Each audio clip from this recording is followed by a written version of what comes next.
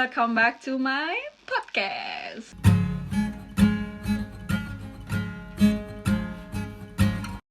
So I'm so excited today karena sekarang aku bisa ngundang seseorang yang udah aku tunggu-tunggu buat aku undang. Terakhir kali aku ketemu dia itu waktu aku pulang ke Indonesia dan sebelum dia berangkat ke London untuk lanjut studi master sebagai awardee dari LPDP Scholarship. Dan sekarang dia baru aja selesai studinya di King's College London dan sekarang aku nggak sabar banget buat dengerin cerita dia tentang perjalanan studinya di sana. So without any further ado, let's say hi to Rani. Say hi to Rani. Halo Rani. Apa kabar? Gimana kabarnya? Baik, apa kabar, Kate? Alhamdulillah baik juga. Sebelumnya aku makasih banget kamu udah mau datang ke podcast ala-ala aku. Karena aku bener. I feel honored to be invited. Oh, ini malah it's my honor actually like. Karena udah lama banget gak ketemu, terakhir ketemu berarti setahun lalu apa 2 tahun? Setahun lalu ya?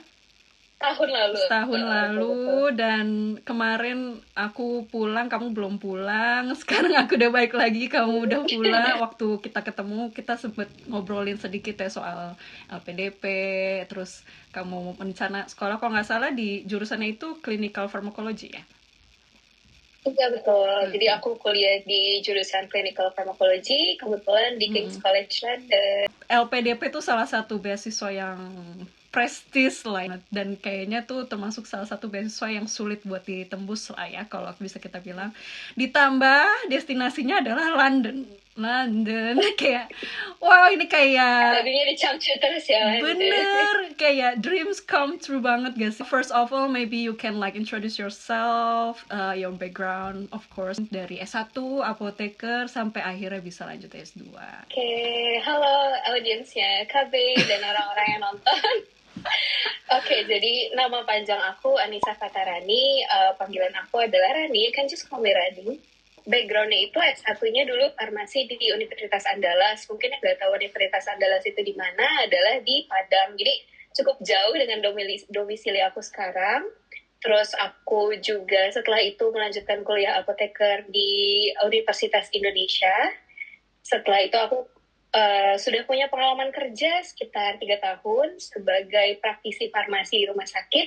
Dan kemudian aku memutuskan untuk melanjutkan kuliah S2 atau master di King's College London melalui beasiswa LPDP. Kebetulan jurusan yang aku ambil itu masih cukup dekat family-nya dengan farmasi dan juga medical science. Jadi aku ambilnya adalah clinical pharmacology. Aku penasaran deh, maksudnya kan sudah masuk ke dunia profesional gitu kan ya, artinya waktu itu udah berapa tahun di rumah sakit? Aku sempat kerja itu udah sekitar, kalau dihitung itu aku akumulasi 3,5 tahun kayaknya. Setelah lulus apoteker itu 3,5 tahun atau? Setelah lulus apoteker, aku abis itu sempat internship di GlaxoSmithKline Indonesia 8 bulan. Terus aku pindah ke rumah sakit jadi clinical pharmacy. Kemudian aku ganti lagi ke rumah sakit lain. Kebetulan di situ jadi apoteker penanggung jawab khusus unit kemoterapi. Itu sekitar akumulasi sekitar 3,5 tahun. Habis itu aku melanjutkan untuk kuliah S2. Oke, berarti panjang juga perjalanannya. Tapi panjang. Well, kamu kan berarti sempat di industri kan artinya. Dan kenapa akhirnya memutuskan pindah ke klinis, ke rumah sakit gitu ya, untuk melayani pasien secara langsung gitu, kenapa? Jadi waktu itu ketika aku internship di GlaxoSmithKline, sebenarnya pekerjaan aku itu lebih untuk commercialize ya. Jadi banyak industri, terutama dari industri farmasi asing yang ada di Indonesia itu fokusnya adalah ke bagaimana mereka commercialize si produk-produk farmasi tersebut di Indonesia. Dan pada saat itu aku melakukan internship di sana adalah because I'm curious how they introduce the product and then gimana cara mereka commercialize produk-produk tersebut. Karena selama aku kuliah S1 sama dengan apoteker itu sebenarnya memang fokus aku di klinis. Sampai akhirnya aku penasaran gimana si obat-obat itu bisa masuk gitu ke Indonesia and then di commercialize, di fasilitas-fasilitas kesehatan. Makanya habis itu aku mencoba sambil menggali passion sih, sebenarnya passion aku nih di industri atau di klinis gitu. Iya sih. Karena aku nggak punya, sebelumnya nggak ada pengalaman di industri sama sekali. Makanya aku mencoba untuk internship di GlaxoSmithKline. Terus aku merasa kayaknya aku mau mencoba deh sekali lagi untuk meyakinkan diri aku apakah aku bisa lebih passionnya di klinis atau di industri. Makanya habis itu aku pindah ke rumah sakit sekaligus mengaplikasikan ilmu yang udah aku pelajarin selama S1 dan juga apoteker. Dan kebetulan ternyata lama di rumah sakit.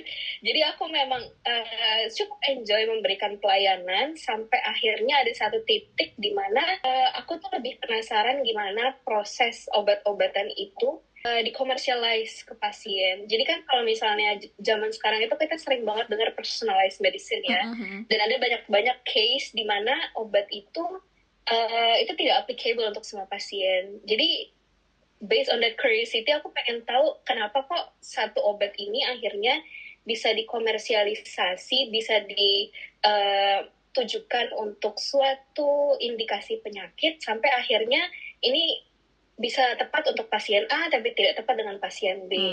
Akhirnya makanya kenapa aku juga tertarik untuk S2, karena aku mau menggali lebih dalam soal itu gitu. Clinical pharmacology, kalau misalnya kamu bisa jelasin secara mudah gitu ya buat orang-orang awam tuh, apa sih yang dipelajari selama studi clinical pharmacology gitu? Fokusnya tuh apa, targetnya tuh apa gitu? Jadi fun fact, sebenarnya clinical pharmacology yang awalnya aku bayangkan itu tidak seperti apa yang akhirnya aku jalani di King's College. Karena setahu aku di United Kingdom itu, atau di England dan Scotland ya, itu hanya ada 2 kampus yang punya prodi sama, yaitu adalah clinical pharmacology. Yang pertama di UOG, University of Glasgow, dan juga di King's College London. Dan ternyata 2 fokusnya itu berbeda. Jadi kalau yang kita kenalkan mungkin buat teman-teman farmasi yang udah tahu, atau mungkin teman-teman dari kedokteran udah tahu, clinical pharmacology itu adalah aplikasi di mana kita tahu mekanisme obat-obatan itu ke tubuh manusia. Kira-kira pelajarannya seperti itulah. Jadi ada patofisiologinya, terus ada mekanisme obat-obatannya. Dan itu adalah fokus yang ada, seingat aku di University of Glasgow adalah fokusnya ke arah situ. Sementara di King's College London ternyata fokusnya adalah lebih bagaimana si aplikasi clinical pharmacology ini diaplikasikan kepada clinical trials. Jadi clinical trials itu adalah salah satu bagian dari drug development.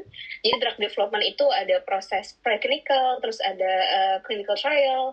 Nah, itulah adalah aplikasi farmakologi di mana ketika obat-obatan tersebut di trial langsung kepada manusia gitu ya. Itu nanti seperti apa efeknya, gimana sampai akhirnya obat itu di tengah jalan ternyata dia harus nggak bisa dikomersialize, atau di mana akhirnya obat itu berhasil lolos regulatory dan dikomersialize. Kira-kira aplikasinya lebih ke hal-hal seperti itu. Terus kenapa UK? Kenapa London? Apa ini memang maksudnya dari awal punya cita-cita sekolah ke luar negeri dan memang selalu London kah tujuannya, atau ada pertimbangan lain? Justru malah awal-awal aku memutuskan S2 itu adalah nggak ke UK sebenarnya. Jadi awalnya aku mencoba Australia. Kebetulan udah diterima di 2 universitas di sana. Cuman memang waktu itu aku masih agak sedikit bimbang. Karena waktu itu jurusannya aku adalah clinical pharmacy justru. Jadi aku mau melanjutkan klinis nih ke arah clinical farmasinya gitu. Cuman aku merasa bahwa sebenarnya farmasi itu tidak, maksudnya kita sebagai farmasis itu banyak banget potensinya di luar, tidak hanya di daerah klinis yang berhubungan dengan pasien gitu ya. Betul. Dan karena aku juga sempat ngelihat bagaimana teman-teman aku, terus orang-orang lain yang sudah advance di industri, kayak sudah mengeksplor begitu banyak potensi dengan ilmunya dan skillnya sebagai farmasi, makanya aku juga merasa kayaknya masih ada deh potensi lain dari aku yang bisa dikembangkan ke arah yang lebih mengarah ke industri farmasi gitu. Makanya akhirnya aku memutuskan untuk ngambil clinical pharmacology ini di UK, khususnya di London, karena salah satunya adalah King's College yang punya. Terus aku merasa, karena aku selalu tertarik dengan bidang onkologi, entah kenapa. Jadi aku memang fokusnya adalah ke arah onkologi, Dan aku melihat bahwa di King's College itu memang researchnya sangat banyak beratnya ke arah cancer, pharmaceutical cancer. Di bukan ada satu departemen sendiri, yaitu adalah School of Cancer and Pharmaceutical Medicine. Makanya aku akhirnya memutuskan untuk memilih ke sana. Tapi yang aku suka sebenarnya dari fakultas-fakultas di luar itu sespesifik itu jurusannya. Jadi kita tuh kalau udah yakin pengen jurusan A gitu, kayak ada tuh satu kampus yang nyediain dengan jurusan yang spesifik itu. Kalau di Indo kan mungkin masih agak general. Aku nggak tahu sih kalau S2 di Indonesia sespesifik apa. Cuman di luar tuh bener-bener sampai misalnya di kampus aku ada pharmaceutical technology sendiri, terus ada biofarmasi sendiri, ada kosmetologi sendiri, udah dipisah-pisah sampai ke sub-sub jurusan ya kalau bisa kita bilang. Betul, jadi bahkan di King's College London itu program S2 ya, Master di bawah Pharmaceutical Science itu terpecah lagi jadi 3. Dan semuanya memang spesifik untuk professional development ya, jadi career development. Jadi ada yang khusus di drug development. Biasanya drug development itu memang mereka lebih ke arah preclinical kali ya, in vitro, in vivo, dari mulai gimana caranya mereka mengutilize si obat tersebut dari faktor chemicalnya, terus dari faktor farmakologinya, sampai akhirnya dites secara in vivo, in vitro. Saat ini mungkin masih menggunakan hewan ya, ada beberapa juga yang sudah mulai menggunakan model yang non-animal, sampai akhirnya dia obat tersebut diuji coba kepada manusia. Kalau clinical pharmacology itu kan memang arahnya lebih ke clinical trial fase 1 sampai fase 4 ya. Terus kemudian ada juga satu lagi itu medical affairs, gimana cara mereka mengkomersialis obat itu ke berbagai negara dengan regulasi dari negara-negara yang berbeda. Jadi sangat spesifik sih memang, bahkan sampai core modulnya itu memang sudah didesain secara spesifik untuk jurusan ini aja gitu. Kalau ngomongin soal beasiswanya nih ya, soal LPDP, kita tuh punya impresi kalau misalnya LPDP tuh pertama selain bergengsi, dia kompetitif and merit based. Selalu merit based atau LPDP ini sebenarnya banyak peruntukannya. Tipe-tipenya ya kalau nggak salah. Tipe-tipenya. Jadi banyak yang bilang kalau kenapa sih ada orang yang kelihatannya mampu gitu ya, tapi mereka kalau lulus LPDP, karena LPDP itu tidak hanya eksklusif untuk orang-orang yang tidak mampu, tapi dia punya jalur memang khusus untuk daerah-daerah yang memang secara sistem pendidikannya masih kurang baik. Itu masuknya jalur afirmasi, dan itu mereka punya kelebihan sendiri. Salah satunya mereka diberikan benefit untuk belajar IELTS, dan kemudian diberikan tes IELTS gratis. Terus kemudian mereka juga ada jalur khusus reguler, itu untuk yang merit based tadi, jadi berdasarkan IPK, berdasarkan prestasi. Ada juga untuk yang entrepreneur. Jadi sebenarnya LPDP itu banyak tipe-tipenya. Itu disesuaikan kembali sih dengan diri masing-masing gitu. Kebetulan aku ambilnya yang reguler, jadi itu adalah merit based. Berarti ya sebenarnya LPDP tuh apa ya, bisa kita bilang inklusif ya daripada eksklusif. Artinya kayak dia memasukkan semua golongan, maksudnya semua orang itu jadi punya kesempatan yang sama buat dapet LPDP gitu. Even misalnya kadang kan kita misalnya ada orang yang hidup di daerah yang lebih tertinggal mungkin daripada ibu kota atau kota-kota besar di Indonesia, jadi ngerasa gak punya kesempatan yang sama buat bersaing sama orang-orang dari kota-kota besar gitu kan. Jadi bagus sih, aku baru tahu, karena aku sih tahu sebenarnya ada beberapa sub golongan ini, cuman nggak ngerti mekanismenya kayak afirmasi itu apa. Terus tadi ternyata ada juga buat entrepreneur, dan ada juga jalur reguler. Kalau nggak salah juga ada jalur kalau nggak salah buat PNS dan Polri gitu-gitu kan ya.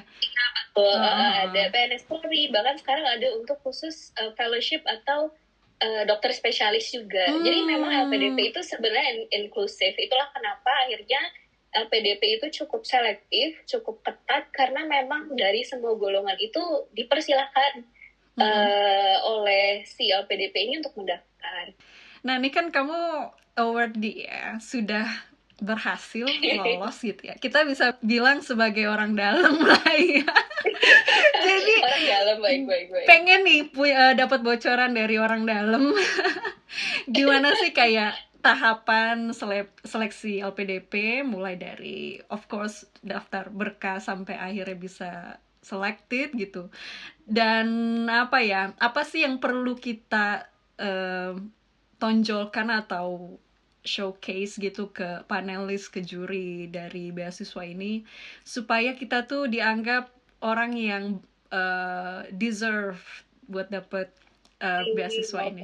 Jadi kalau dari yang aku perhatikan pengalaman sendiri ya, karena LPDP ini sangat menggemakan bahwa mahasiswa-mahasiswa yang dibiayai oleh LPDP itu harus punya kontribusi kembali ke negara. Apapun itu kontribusinya, either dia professional development atau ke personal development, pokoknya semuanya intinya adalah dari bangsa terus kembali untuk bangsa gitu ya. Jadi to showcase ourselves to the panelists untuk ngasih tahu bahwa kita adalah award yang cocok nih untuk LPDP adalah gimana konkretnya plan kita ketika kita sekembalinya kuliah ke Indonesia, atau mungkin teman-teman beasiswa ini juga buat teman-teman yang mau kuliah di dalam negeri ya. Intinya adalah setelah kita selesai kuliah ini, gimana sih nantinya plan kita, rencana kita untuk dapat berkontribusi untuk bangsa kembali gitu. Entah itu secara akademik, entah secara profesional, dan bahkan banyak dari alumni-alumni atau ordi LPDP ini yang pada akhirnya malah jadi membuka usaha sendiri dan membuat lapangan pekerjaan bagi banyak orang gitu. Jadi dari situlah si panelisnya itu menilai apakah kita adalah salah satu putra-putri bangsa Indonesia yang cocok kembali dan berkontribusi di Indonesia gitu. Tahapannya jadi semuanya hampir sama ya.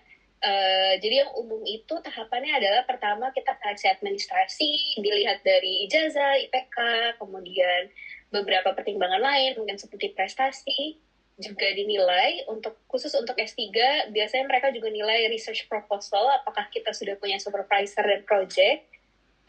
Terus setelah itu dibagi lagi menjadi dua untuk tahapannya. Yang pertama adalah jalur letter of acceptance. Itu untuk teman-teman yang sudah punya letter of acceptance dari universitas-universitas yang dituju, dan biasanya universitas ini adalah harus yang masuk dalam list top 100-nya LPDP. Jadi LPDP itu udah punya list sendiri, universitas-universitas mana yang kita boleh daftar. Terus yang kedua adalah jalur non-LOA. Jadi kalau jalur non-LOA ini kita punya satu layer tahapan lagi, yaitu tes substansi. Mungkin kalau tahu semacam tes CPNS gitu kali ya, kalau bisa aku bilang. Potensi akademik ya? Gitu. Iya, potensi akademik. Jadi benar-benar mirip tes potensi akademik. Ada perhitung, kemudian ada soal kerangka berpikir, logika, uang, dan lain-lain. Dan setelah lolos tes substansi itu, barulah mereka kalau lolos akan maju ke tahap wawancara. Tapi khusus teman-teman yang dia sudah mendapatkan LOA, tidak perlu tes substansi. Jadi mereka langsung lolos ke tahap wawancara. Nah, dari tahap wawancara inilah yang pada akhirnya menentukan mereka apakah lolos untuk diterima sebagai award di LPDP atau tidak. Ada IPK minimal kah? Dia di persyaratan LPDP itu ada minimal si IPK-nya. Jadi yang tidak memenuhi minimal IPK itu, dan juga minimal ada TOEFL juga ya. Jadi dia ada dua tuh yang menentukan. Jadi nggak peduli lulusan mana, yang penting memenuhi syarat minimal IPK dan juga syarat TOEFL-nya gitu. Dan itu syarat TOEFL itu akan berbeda untuk tadi tipe-tipe jalur tadi. Jadi yang reguler dengan afirmasi itu akan beda gitu.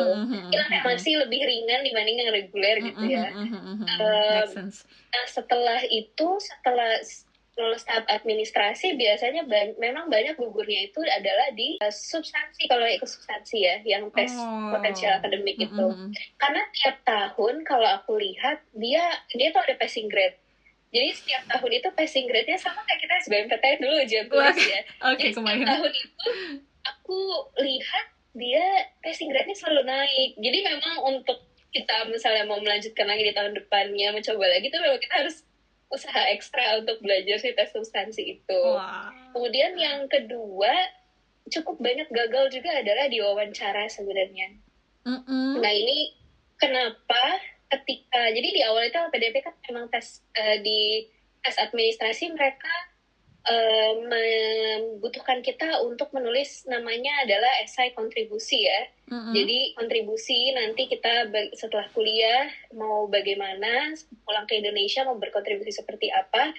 Biasanya, jadi kebetulan aku juga sempat mentoring beberapa yang sekarang sudah menjadi RA di LPDP, membantu mereka mempersiapkan dari awal mereka bikin esai sampai wawancara gitu ya. Dan biasanya selalu aku tekankan itu bahwa memang base-nya itu harus dikuatkan adalah si esainya itu dulu gitu. Jadi karena banyak banget yang ketika akhirnya tidak lolos wawancara adalah mungkin karena esainya kurang konkret atau rencana mereka kurang konkret gitu. So, kalau misalnya kamu bisa kasih tips buat esai kontribusi ini kayak kadang tuh kita susah kalau aku ya, misalnya harus suruh nulis esai apa kontribusi yang mau kamu kasih ke Indonesia 5 tahun lagi atau 10 tahun lagi misal.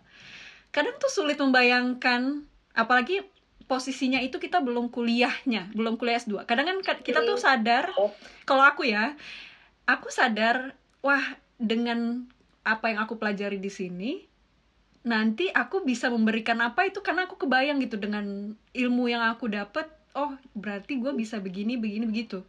Cuman kan kita kadang milih jurusan, oke kita tahu misalnya clinical pharmacology, tapi kan kadang tuh kita masih ya itu ada bayangan masih general banget dan nggak tahu konkret seperti apa yang bisa kita kasih gitu. Nah, tips kamu supaya kita bisa kadang nulis esai harus honest ya, kita nggak bisa terlalu mengandai-ngandai sampai akhirnya jadi kelihatannya nggak make sense gitu. Nah, kira-kira gimana sih esai yang harus kita tulis gitu untuk meyakinkan panelis? Kalau aku jujur, kalau misalnya kita nulis disertasi gitu atau skripsi, kita pasti identify the gap dulu nih.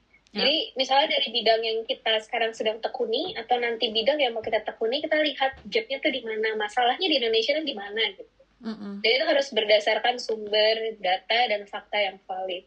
Nah, dari identifying the gap itu, kalau aku mengambil jurusan ini dengan coursework yang misalnya A, B, C, D, E, apakah nanti ilmu yang aku dapatkan dari coursework tersebut itu bisa menyelesaikan si gap ini gitu, bisa fulfill the gap ini. Makanya dari identify the gap itu, terus kita mengambil kebutuhan apa sih yang perlu untuk fulfill the gap ini, baru kita bisa mulai membayangkan, oh kalau misalnya kita ngambil kuliah di sini dan misalnya ilmu itu kita nggak bisa dapatkan di Indonesia dan membuat kita misalnya harus especially kuliahnya di luar, nanti ilmu yang kita serap bisa berkontribusi di bidang A sehingga menyelesaikan gap yang A misalnya seperti itu. Gitu. Jadi memang semua memang benar harus honest dan memang harus berdasarkan fakta sih gitu.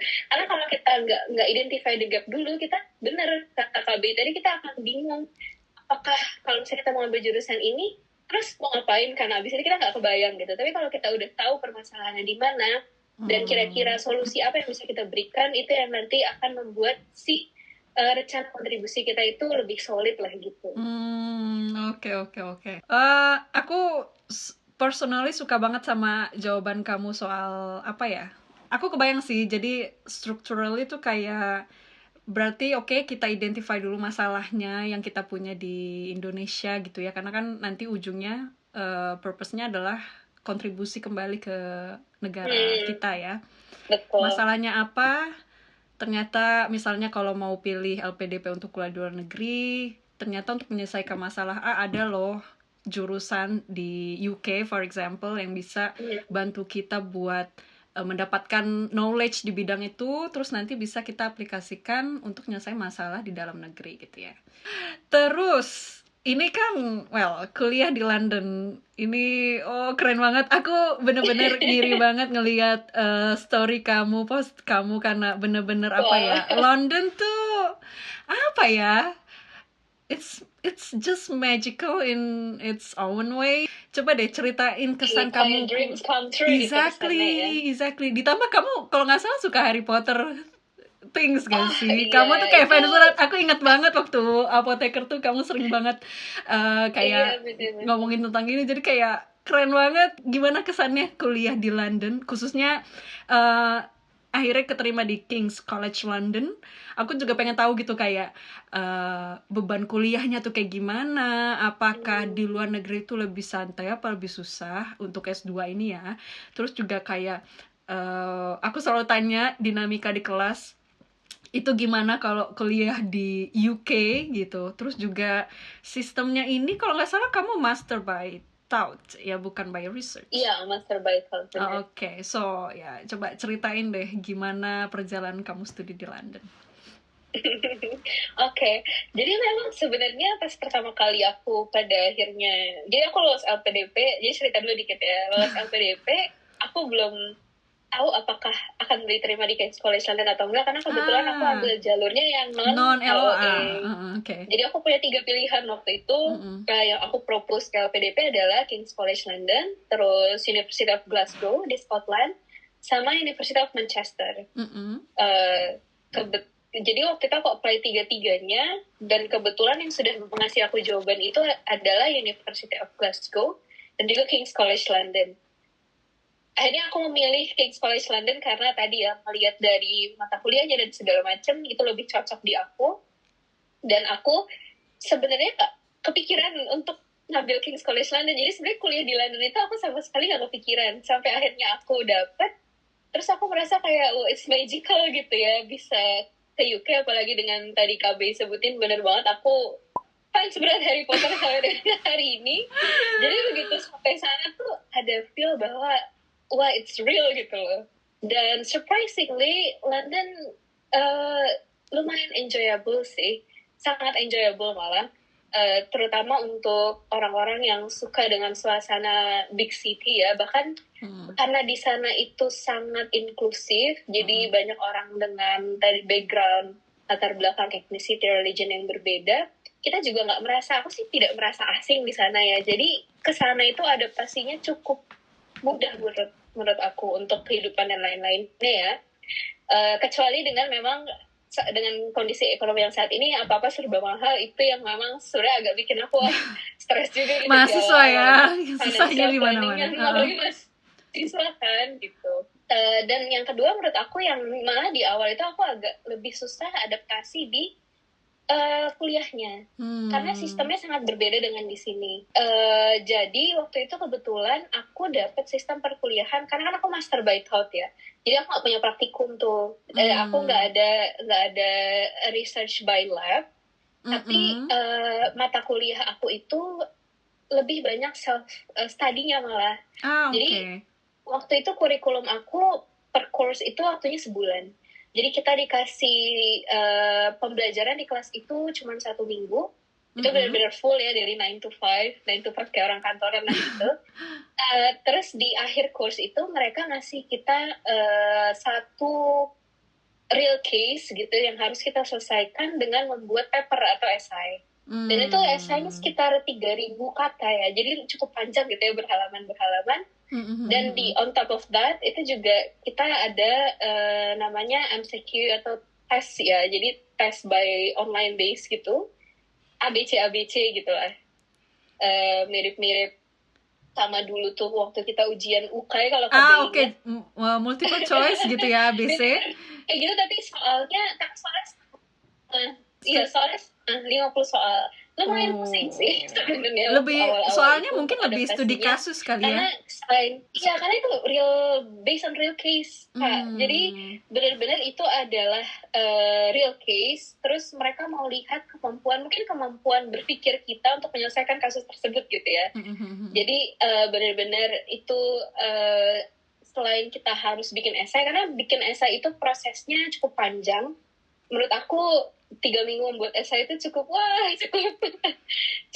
stressful juga, karena kita benar-benar harus riset dengan benar, because that's real case. Kalau kita ngarang, si lecturer-nya tuh pasti tahu bahwa ini ngarang gitu. Terus selain itu kita juga harus belajar untuk tadi si MCQ tadi yang dimana 50 soal dengan ABC dengan limited time.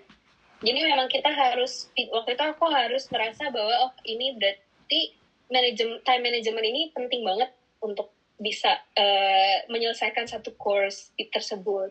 Nanti setelah udah selesai essay, dan ujian kita langsung dikasih nilainya lulus atau enggak, terus nanti kita lanjut ke course berikutnya gitu. Jadi dalam setahun itu sangat pack menurut aku, benar-benar nggak ada. Aku tuh hampir kayak kita karena master biasanya kan kalau untuk undergraduate mereka ada summer holiday, winter holiday, gitu ya, atau Christmas holiday. Kalau master karena cuma setahun ya, semua waktu yang kita punya adalah untuk mendedikasikan menyelesaikan tugas-tugas tersebut dan belajar. Wah, itu berarti kalau setelah satu course, misal amit-amit gitu nggak lulus ya, dan dia kan harus lanjut ke course berikutnya, berarti dia harus ngelakuin dua-duanya tuh gimana tuh kalau nggak lulus? Jadi kalau di jurusan aku itu di Kings, untuk jurusan-jurusan yang spesifik kayak gini, kadang-kadang kalau kita mau riset ya, atau misalnya kita ngambil exam ulang gitu ya, kayak remedialnya, itu kadang-kadang ada course yang bukanya adalah di tahun depannya. Jadi itu sangat beresiko ketika kita nggak lulus satu mata kuliah, itu kita harus riset tahun depannya, which is nanti berarti disertasi kita akan mundur dan juga kelulusan kita akan mundur. Itu yang membuat aku juga sempet deg-degan sih. Wah, berarti harus benar-benar ya, iya sih, benar-benar harus mencurahkan hati dan pikiran sih buat ngerjain tugas-tugasnya. Wow. Itu benar-benar terkejar dengan time management, terus gimana cara kita membagi waktu antara kita nyelesain si tugas ini, si paper ini, dengan kita belajar untuk si ujian akhirnya ini gitu. Yang aku note kesamaan di sana dan di sini adalah bener, yang aku suka tuh dosen ngasih real case minimal, walaupun aku juga banyak teori dibandingkan visit lab gitu ya, atau kerja di lab, karena di semester kedua aku baru akhirnya kerjain laboratory work gitu. Cuman yang aku suka, tiap kita dikasih teori itu kita dikasih tahu kenapa kita harus belajar teori itu. Karena misalnya dikaitkan, misalkan aku fokus di formulasi ya, kenapa sih kita belajar misalnya size particle sampai segitunya dengan basic physics dan matematika gitu, karena nanti ini tuh ngaruh di studi kamu kalau kamu belajar, kamu research tentang ini gitu. Jadi itu sih yang aku suka, bahwa mereka selalu try to relate theoretical thing and practical thing. Jadi kita tuh kebayang gitu, nggak ngerasa sia-sia, ngapain sih gue belajar ini nggak jelas gitu. Bener banget. Apalagi karena memang jurusan aku dan departemen aku ini kan specifically memang jatuhnya lebih ke arah drug development ya. Jadi untuk mereka itu membangun kurikulumnya untuk orang-orang yang future karirnya mau ke arah sana, melatih gimana caranya kerangka kita berpikir menyelesaikan sebuah masalah ini, terus gimana caranya kita bisa menyelesaikan suatu problem itu dengan riset dan based on regulation gitu. Apalagi ini tentang obat ya, itu sangat strict dengan regulation. Jadi memang sudah dirancang sedemikian rupa, akhirnya makanya mereka pun pas ngasih perkuliahan, kebanyakan mereka ambil dari real case yang kita bisa Google gitu, yang kita udah tahu nih hasilnya seperti apa. Jadi emang sangat komprehensif sih. Kalau dengan kolega-kolega di kelas dan dengan dosen, gimana relationship-nya sejauh ini yang kamu pahami? Jadi kalau untuk hubungan antar kolega sama dosen, ini aku yang kolega dulu ya, karena itu kan lebih dekat dengan kita sehari-hari belajar di sana. Jadi di jurusan aku itu kebetulan banyak banget profesional atau bahkan fresh grade, atau yang teman-teman yang baru merintis karir juga, itu dari berbagai macam background. Ada yang kayak aku farmasi, ada juga yang clinician atau medical doctor, terus ada nurse juga, terus ada orang-orang dari regulatory juga.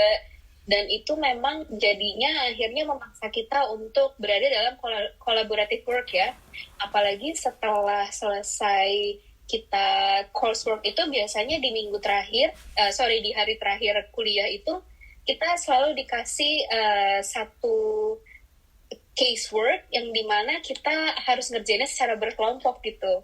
Jadi itu akhirnya membuat kita juga harus mungkin harus membangun hubungan baik dengan kolega juga.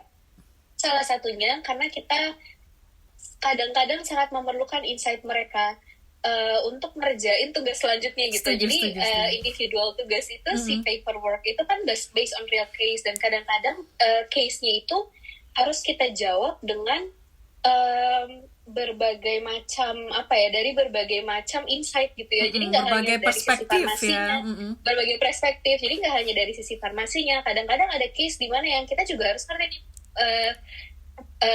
perspektif dari medical doctor gimana, terus dari orang regulatori gimana misalnya, terus kira-kira dari nurse gimana. Jadi itulah akhirnya yang membuat aku dengan kolega-kolega aku pada akhirnya aku banyak ketemu orang dari berbagai macam background yang akhirnya kita cukup dekat dan membuat sebuah networking yang cukup bagus gitu. Itu aku juga setuju banget soal collaborative work. Itu berasa banget, aku juga sekarang berasa karena kebetulan jurusan aku sebenarnya pharmaceutical technology and biopharmacy. Aku kebayangin ya semua orang yang daftar ke situ adalah farmasis gitu ya, karena kan kita ngomongin pharmaceutical technology. Tapi ternyata di kelas aku tuh backgroundnya ada yang chemist, ada juga yang engineer, dan tahun lalu bahkan ada biologis gitu. Dan ibaratnya kan background kita nggak sama ya, apa yang kita pelajarin di S1 itu nggak sama, apa ilmu mungkin kalau kita lebih dalam di pharmaceutical technology, tapi mereka kalau ngomongin biofarmasi akan lebih jago buat biotechnologies gitu, karena mereka punya background yang kuat di situ.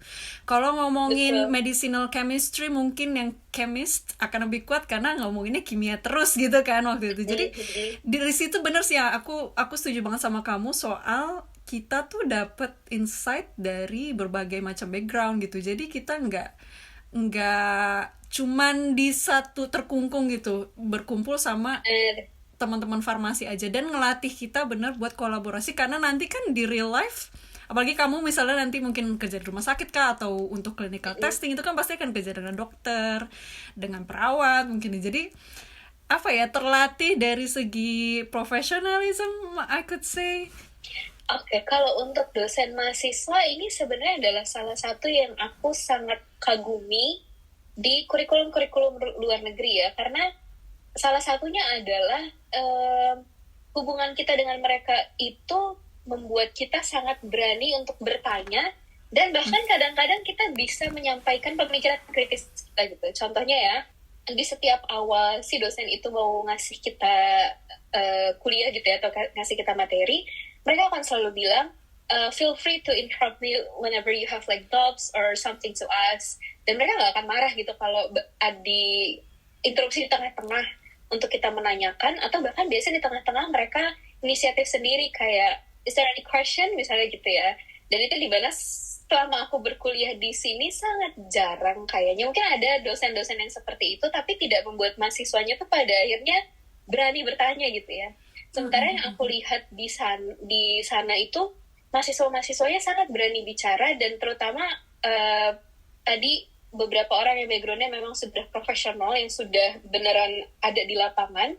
Kadang kalau ada teori yang tidak sesuai dengan mereka praktekkan di lapangan, itu mereka langsung istilahnya they have a little bit of discussion or debate inside of the class gitu ya. Dan itu juga membuat orang lain tuh jadi lebih terbuka juga wawasannya, dan tahu di real case atau real life case itu seperti apa yang terjadi di lapangan, terus gimana cara mengatasinya secara teoretikal gitu. Dan kebetulan dosen-dosen aku itu juga kebetulan banyak dari orang-orang profesional yang sudah ada di industri-industri farmasi besar kayak AstraZeneca, Pfizer, GlaxoSmithKline, dan lain-lain ya. Mereka sudah punya pengalaman berbelas-belas tahun, dan mereka sangat humble ketika menerima masukan, menerima pertanyaan. Jadi mahasiswanya pun tidak segan-segan untuk maju ke depan, memberikan pertanyaan atau berdiskusi setelah di kelas gitu. Dan dosen-dosen di sana juga sangat welcome kalau kita mau reach out them outside the class, misalnya dengan ketemu langsung atau reaching out by email. Iya, by email biasanya. Dan sejauh yang aku tahu mereka selalu balas dengan sangat baik dan sangat sangat responsif gitu. Jadi itu yang membuat aku wow banget sih ketika kuliah di sana. Iya, aku ada satu komentar deh. Soalnya aku tuh recently ngeliat ini di Instagram gitu, kayaknya menarik buat dibahas. Jadi tuh ada satu post di Instagram ngomongin bahwa ada satu anak dibenci gitu ya di kampus, di kelas, terutama karena anak ini aktif bertanya gitu. Artinya dia kritis, aktif bertanya, tapi kadang nggak hanya dari segi dosen yang mungkin kurang memotivasi kita untuk kritis, tapi kadang ketika si orangnya atau mahasiswanya sendiri udah kritis, ada komentar miring suara sumbang gitu di kelas kayak ih cari muka banget misalnya gitu ya, itu komen yang paling sering. Jadi kadang bener. itu yang mengubur menurut aku kekritisan mahasiswa Indonesia gitu. Jadi aku pun sekarang setelah kuliah di Prancis cukup kaget dengan kultur di mana orang-orang bener-bener datang ke kelas, dia akan tanya A sampai Z, dia nggak setuju dia akan bilang, dia misalnya kayak tapi kayaknya nggak gitu deh, dan dia akan ngomong gitu. Sedangkan kita mungkin dulu, mungkin nggak semua kampus ya, cuman kan kadang tetap aja ada kayak kalau ada orang yang kritis nanya A B C, kesannya tuh kayak cari muka, padahal kan bisa aja memang karena dia tuh pengen tahu gitu. Mungkin gimana ya, aku nggak tahu sih memang itu adalah culture di sini atau enggak. Jadi memang sebenarnya di sini tuh cukup sedih ketika orang yang kritis dan mereka memang bertanya itu memang out of curiosity, memang karena mereka punya pemikiran yang berbeda, which is not wrong gitu ya, not wrong at all. Mungkin mereka punya ilmu lebih di luar itu yang mereka ingin konfirmasi, dan hal tersebut malah dianggap menjadi sesuatu yang cari muka. Kesannya kan kalau ada orang banyak bertanya tuh kayaknya orang-orang di sekitar tuh kayak ih so pinter gitu ya, Iya, betul, gitu ya. Mungkin ya itu banyak banget sih dari dulu aku kuliah S1 juga banyak banget yang kayak gitu. Tapi justru menurut aku ketika kalau kita kuliah di Eropa, di UK, di luar negeri sih pada umumnya, kita malah di-encourage untuk bertanya karena mereka selalu bilang bahwa tidak ada pertanyaan yang bodoh gitu ya. Betul, There's no betul. stupid question. Setuju banget. There's no stupid question. Itu sering banget disampaikan di dalam perkuliahan. Dan memang kalau kita, karena tadi ya, mungkin karena dalam satu jurusan itu banyak orang dari berbagai macam background, kadang-kadang apa yang disampaikan si lecturer itu kepada kita ngerti, orang lain belum tentu paham. Itu yang memicu mereka pertanyaan, atau apa yang diajarkan mungkin tidak sesuai dengan yang mereka hadapi kenyataan di lapangan. Itu yang memicu pertanyaan kritis dan segala macam. Dan menurut aku itu malah penting, karena ketika kita bertanya, terus kemudian si dosen itu ngasih jawabannya, dan ketika ada suatu perdebatan atau diskusi kecil di situ, itu juga membuka wawasan buat mahasiswa lainnya gitu. Jadi menurut aku itu adalah sesuatu yang sebenarnya harus di-encourage sih. Iya ya, apa ya, lebih ke mentalitas sih. Itu juga satu hal yang bikin aku sampai sekarang tuh sedih sih kalau bisa kita bilang. Akhirnya karena kita sudah keluar gitu dan kita tahu di luar itu kuliah itu seperti apa gitu. Jadi ketika kita ingat-ingat lagi dan dengan semua story-story yang ada di Instagram yang kita lihat gitu ya, kayaknya mentalitas pendidikan kita masih harus banyak ditingkatin gitu. Dan aku berharap sih dengan banyaknya makin banyak orang yang keluar, makin banyak mereka akan sharing story ke teman-teman kita di Indonesia gitu. Berharap sih pemikiran seperti itu akan hilang gitu ya. Karena sayang banget sebenarnya banyak banget orang Indonesia yang kritis dan pinter itu banyak banget. Cuman ya terkubur dengan environment yang gak mendukung mereka gitu. Kayak sedih banget.